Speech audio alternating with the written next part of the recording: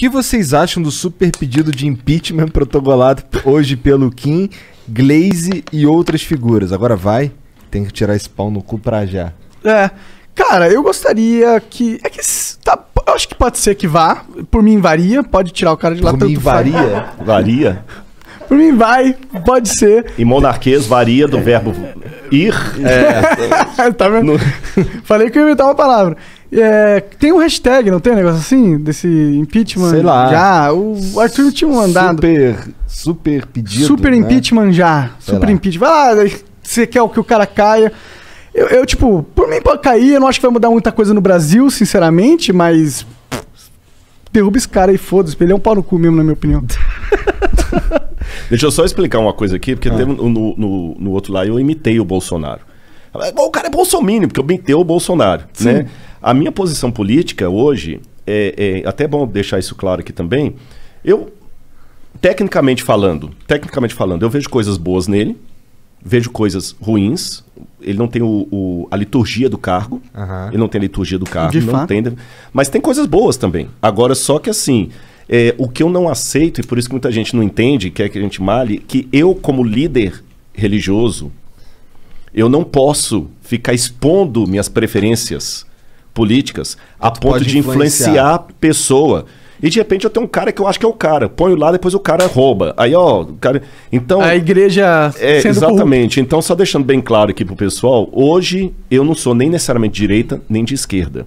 Eu voto por candidatos. Tenho minhas questões políticas também, mas eu até aproveito aqui para esclarecer que eu não coloco isso em público, porque eu acho que cada um é livre. Se o cara gosta do que é o PT de volta, se quer manter o Bolsonaro, se quer uma terceira via...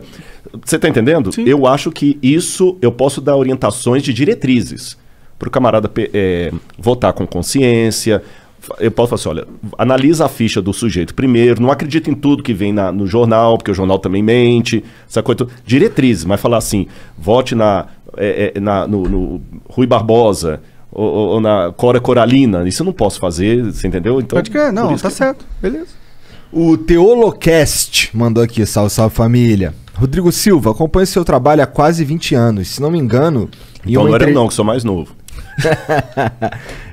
Se não me engano, em uma entrevista que você deu falando sobre arqueologia bíblica, ele fala que provavelmente foi aí. Mas quais evidências arqueológicas de que o povo de Israel foi liberto do Egito? Realmente encontraram o lugar no meio do mar? Ah, foi bom ele ter perguntado isso aí. Tem um falso arqueólogo, eu vou até gravar um vídeo, porque agora de novo os vídeos desse cara aparecerem, um tal de Ron Wyatt, que ele fala que encontrou roda do carro de Faraó debaixo do Mar Vermelho, encontrou a Arca da Aliança lá em Jerusalém, é tudo mentira, sabe? E toda vez que eu dou palestra o pessoal pergunta sobre isso, encontrou a Arca de Noé também lá na Turquia, e tudo falso, falso. E o cara tinha umas paranoias meio doidas, que Deus falou com ele quando ia revelar a Arca e tudo e tal. E agora alguém me mandou que ele fez de novo um vídeo. Ele já morreu. Ele era um anestesista de Nashville, Tennessee. E fizeram um vídeo agora bem feitinho e tudo e tal. E já tá com mais de 1 milhão de visualizações. Então, sobre o que esse vídeo é? Esse é sobre a achado da Arca de Moisés. A Arca da Aliança. Mas é tudo falso. Entendi. Você entendeu? Não tem nenhum arqueólogo com diploma mesmo que endosse o cara. Entendi. Não tem um. Bom, então, isso aí tudo é falso. Esquece esse negócio de roda de carro. Eu tive no Eiba, no lugar lá.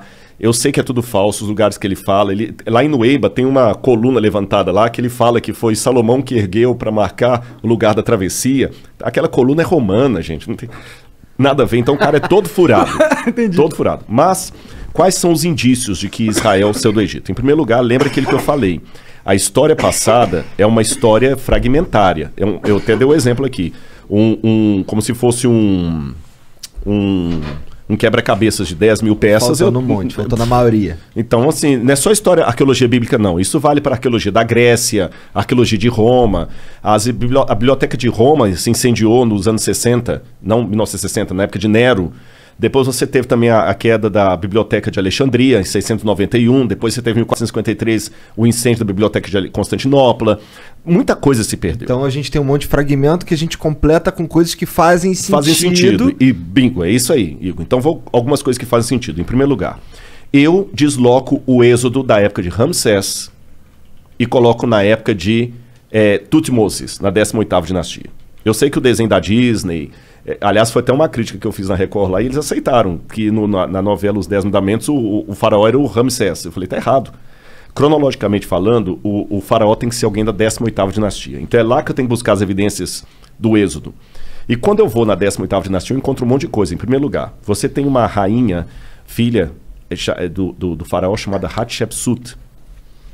E nessa época que ela estava ali, o pai dela era Tutmosis II. Tá bom? Tutmosis II. Eles tinham muitos escravos asiáticos, porque os egípcios tinham expulsado do país os Ixos, que eram semitas, e os outros semitas, claro, eles escravizaram. Então nós temos muitas coisas da parede lá, deles punindo os egípcios, os egípcios não, os asiáticos, que podem ser os hebreus. E a Hatshepsut, quando ela queria ter um filho dela no poder, no trono, mas ela nunca teve.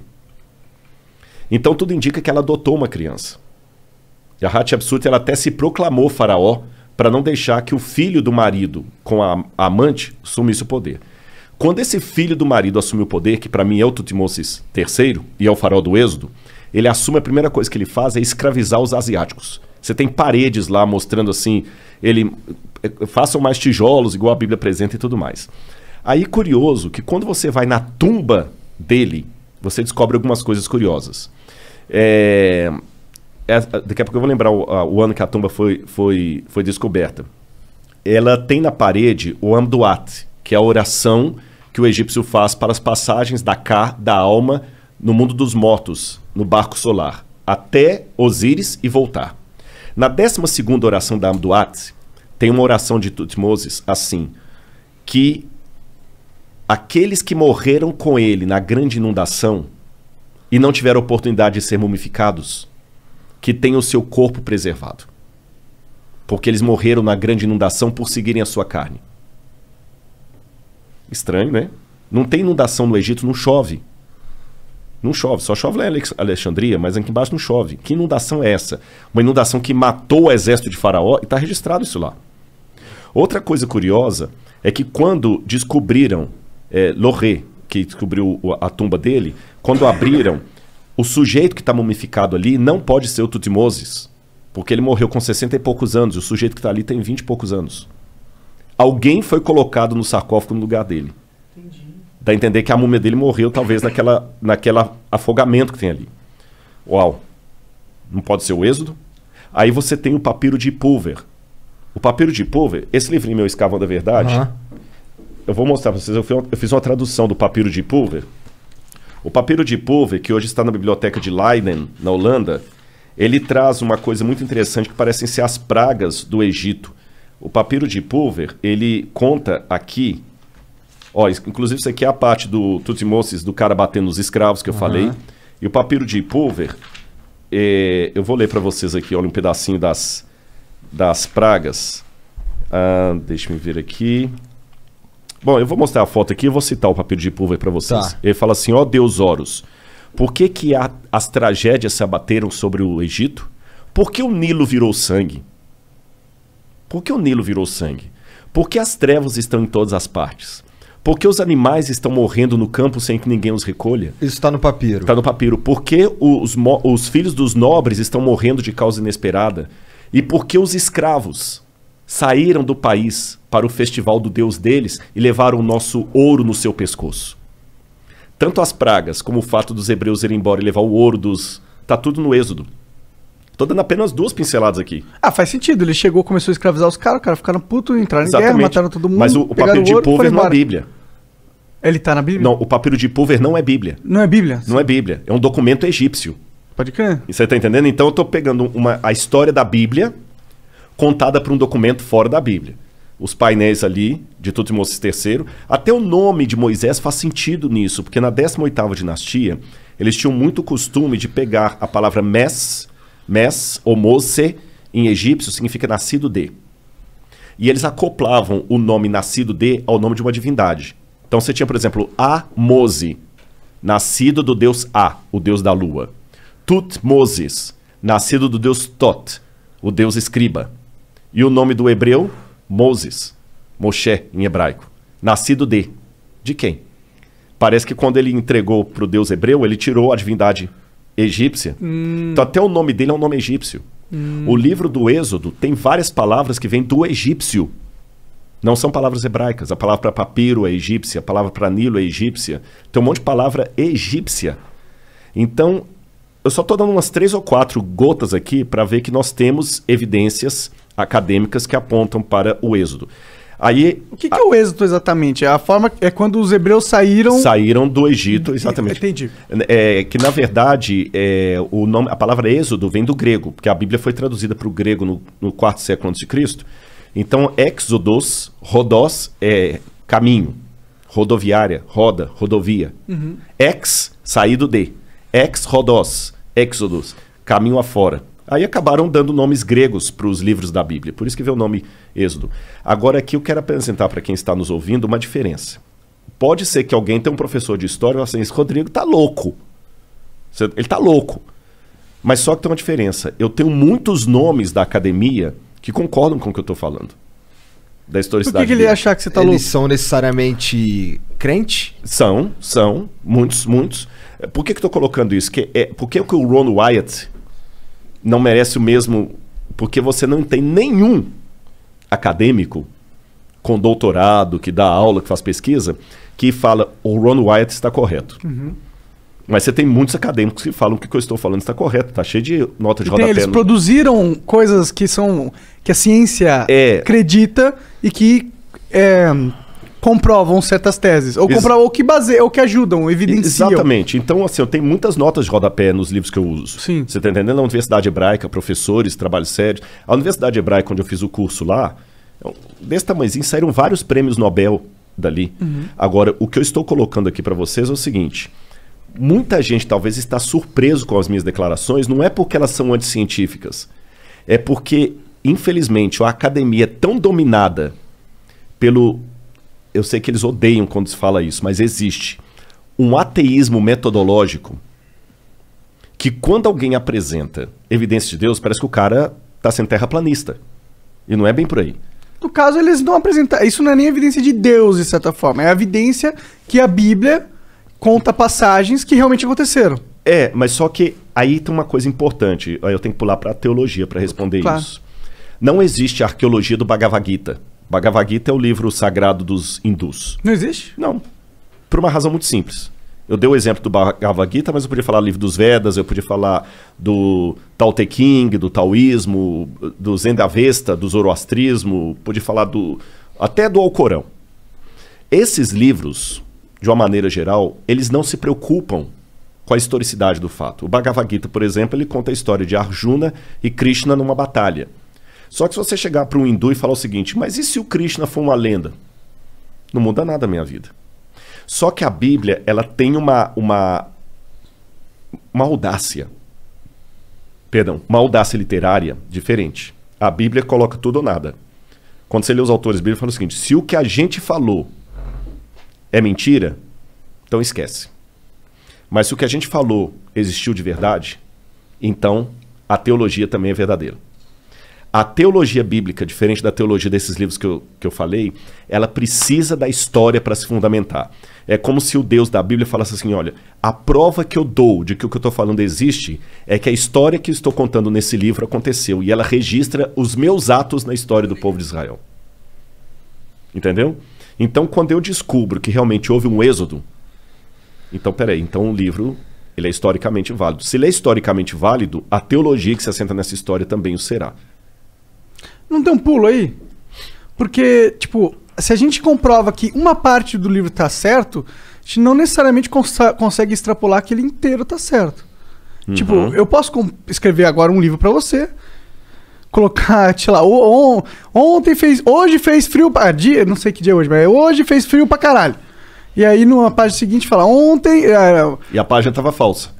Hã? Uma página tá verdadeira, outra tá falsa. Exato, eu posso fazer isso. Então, tipo, ok, a gente conseguiu descobrir que tem uma parte da Bíblia que realmente aconteceu, tá lá. Mas isso não prova realmente que tudo que aconteceu, que tudo que tá na Bíblia aconteceu exatamente como tá na Bíblia. Não, isso concordo. Do ponto de vista histórico, nem da Bíblia, nem para nenhum livro. Sim. Isso para qualquer coisa. Eu não, por exemplo, a Ilíada de Homero. Haile Schliemann descobriu que existiu Troia. Até a descoberta de Troia, todo mundo achava que tudo era um mito. Haile Schliemann descobriu Troia. Mas ele não provou que a Ilíada aconteceu. Então, eu concordo com você. Aliás, se eu não fosse crente teísta, eu dificilmente seria ateu, eu seria mais agnóstico.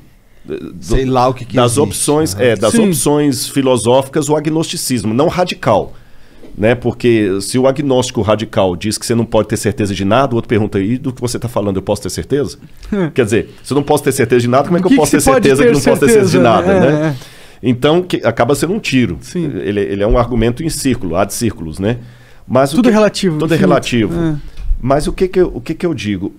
Quando eu vejo alguns parâmetros de metodologia científica, eu vejo que eu posso, sim, pegar a parte pelo todo, não para ter uma certeza absoluta, porque, como eu falei, mesmo na ciência, a Terra tem 4,2 bilhões de anos. Pô, eu não estava lá. Tudo leva a crer que sim, mas eu não estava lá. Né? 97% Não, e essa idade que a gente tem é uma estimativa. A gente não tem a idade exata da Terra. Exatamente. 97% do universo é matéria escura. Tá, mas eu não viajei o universo todo para checar isso. Eu não tenho o quadro completo aí da parada. Mas a gente trabalha com um fragmento que aponta para realidades maiores. Um exemplo clássico que eu posso dar. 2 exemplos para ilustrar. Um é a estatística. Já que falaram de eleição, vamos supor que a estatística fala o seguinte: se as eleições fossem hoje, Cora Coralina ganharia no primeiro turno com 62% dos votos. Pô, os caras da estatística é uma coisa que eu admiro demais, cara, porque não é qualquer um que é estatístico, não. Eu vivo vendo trabalho acadêmico que mexe com estatística, que tá uma porcaria, porque o cara não consultou um estatístico para fazer. A estatística é um negócio tão complicado que você, além de aprender a fazer estatística, interpretar a estatística não é fácil. Não é para qualquer um, não, sabe? Então vamos pegar uma estatística séria. Quando o estatístico sério fala, se a eleição fosse hoje, Cora Coralina ganharia com 62% dos votos, e ele acerta. Para hoje ele acerta. Mas eu posso perguntar assim, pô, mas ele não entrevistou os 200 milhões de brasileiros que existem. Ele não precisa. Porque a amostra, uma vez tabulada, uma vez verificada, ela já dá a margem do todo. Se a amostra for estatisticamente válida, ela dá a margem para o todo. O mesmo princípio eu aplico para a ciência de um modo geral. A medicina não descobriu a cura do câncer. A medicina não descobriu a cura do câncer. Tem muita coisa do câncer que não descobriu e que os médicos podem estar falando uma asneira tremenda. Eu vou dar um exemplo perigoso. O Covid. Se você conversar com os especialistas mesmo, eles falam assim, é uma incógnita. Ah, mas a vacina vai dar... Não sabemos. Mas isso aqui, a máscara, não sabemos. Mas por que eu tomei vacina e por que eu estou usando os protocolos médicos? Eu não tenho o quadro geral do Covid. Mas o pouco que a medicina já fez até agora, já me dá indícios tabulados, estatísticos, que na incerteza que eu existo, o modo mais confiável, que tem menos erro, é ouvir os especialistas, o médico. Então, desses 2 exemplos da estatística com a eleição e também da medicina, para jogar mesmo critério com a Bíblia. Eu não tenho uma pedra que conte cada história da Bíblia. Mas do modo aleatório, como as evidências estão surgindo vez após vez, de maneiras diversificadas do texto, somadas à forma como os autores escreveram esse texto, desafiando mesmo. Pedro mesmo falou assim, nós não escrevemos seguindo vãs superstições e mitos. Nós somos testemunhas do que nós estamos falando. Acreditem nisso. Somado ao fato de que eles deram a vida deles pelo que eles escreveram. Eu nunca vi um especialista em sã consciência dando a sua vida por sua interpretação de Shakespeare. Galileu, acho que Galileu, ele falou que a Terra era redonda, mas falou, a Terra O problema não era a Terra redonda, por si move. Contra o sistema heliocêntrico. Se a Terra era o centro do universo ou não. Ele falava que não, e o termo vigente da época era que sim. Aí ele falou, ele falou, não é. Aí que falou, eu vou te matar se falar que não é de novo. Aí ele falou, é sim. É sim. Exatamente. Agora, e quando ele falou e por si move, que eu não sei se aquilo aconteceu mesmo, se é um pouco de lenda urbana, agora olha a diferença dos cristãos. Quantos cristãos, quando chegaram, falaram o seguinte, ou rejeita Cristo ou morre. Pode botar na fogueira. Milhares, e milhares, e milhares, e milhares de pessoas entregaram sua vida porque tinham tanta convicção. E eu estou pegando desde os primeiros que foram testemunhas oculares. Pedro foi crucificado de cabeça para baixo, Paulo degolado. Os apóstolos se lascaram Quanto tempo dura uma mentira para provocar tudo isso? Então essas coisas colocadas todas numa plataforma básica, mostra assim, pô, cara, esse livro tem alguma coisa a mais. E dou até um último exemplo. A Bíblia é um livro que tinha tudo para dar errado. Porque ela não tem uma linha editorial. Pô, eu sou autor. Eu sei como é que é complicado escrever um livro, principalmente quando você escreve a duas mãos. Eu tô escrevendo um livro agora com mais 2 colegas. Graças a Deus a gente se dá muito bem, uma equipe muito bacana. O Adolfo, o Marcos e eu. Mas a gente escreve, tem depois um editor colocar uma linguagem pra Coesa. ele. Porque o jeito de eu falar não é o jeito do Igor. Sim. Se eu escrever um livro em parceria com ele, o cara vai ter que dar uma ajustada ali, alguma coisa e tudo e tal. Reunião de pauta. A Bíblia não teve nada disso. E você pega do Gênesis ao Apocalipse, ela tinha um livro que tinha tudo para ser abortado. Ela não tem uma sequência lógica, que ela conta de história, mas fala também de poesia e da receita. Ela tem histórias absurdas, tem aparentes contradições. E hoje é o livro que muda vidas. Quer ver um exemplo? Pega Os Sertões de Euclides da Cunha. Obra maravilhosa. Joga numa penitenciária.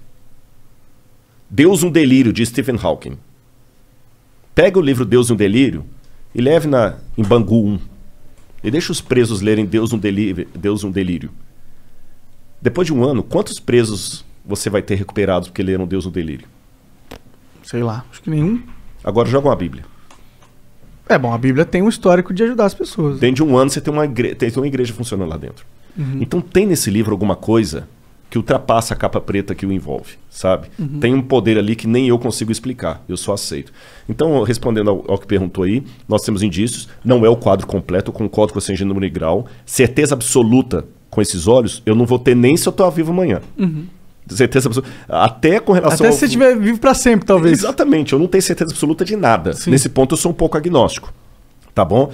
Pode ser que hoje estão falando que, um tempo atrás, falavam que o átomo era a menor partícula da matéria. Sim. Até vi o pessoal quebrar o átomo e falar que não, tem o quartzo, as partículas subatômicas. Né? Então, quer dizer, até a própria ciência faz declarações que amanhã podem ser refutadas. Sim. A luz propaga de maneira curvilínea ou reta. Então, muita coisa vai mudando. Então, até na ciência, eu nunca tenho certeza absoluta de nada. Sim. Então, eu trabalho com verdades provisórias e evidências. E dentro dessas verdades provisórias e evidências, eu vejo lógica para a historicidade bíblica, que, por sua vez, sustenta a mensagem que ela apresenta.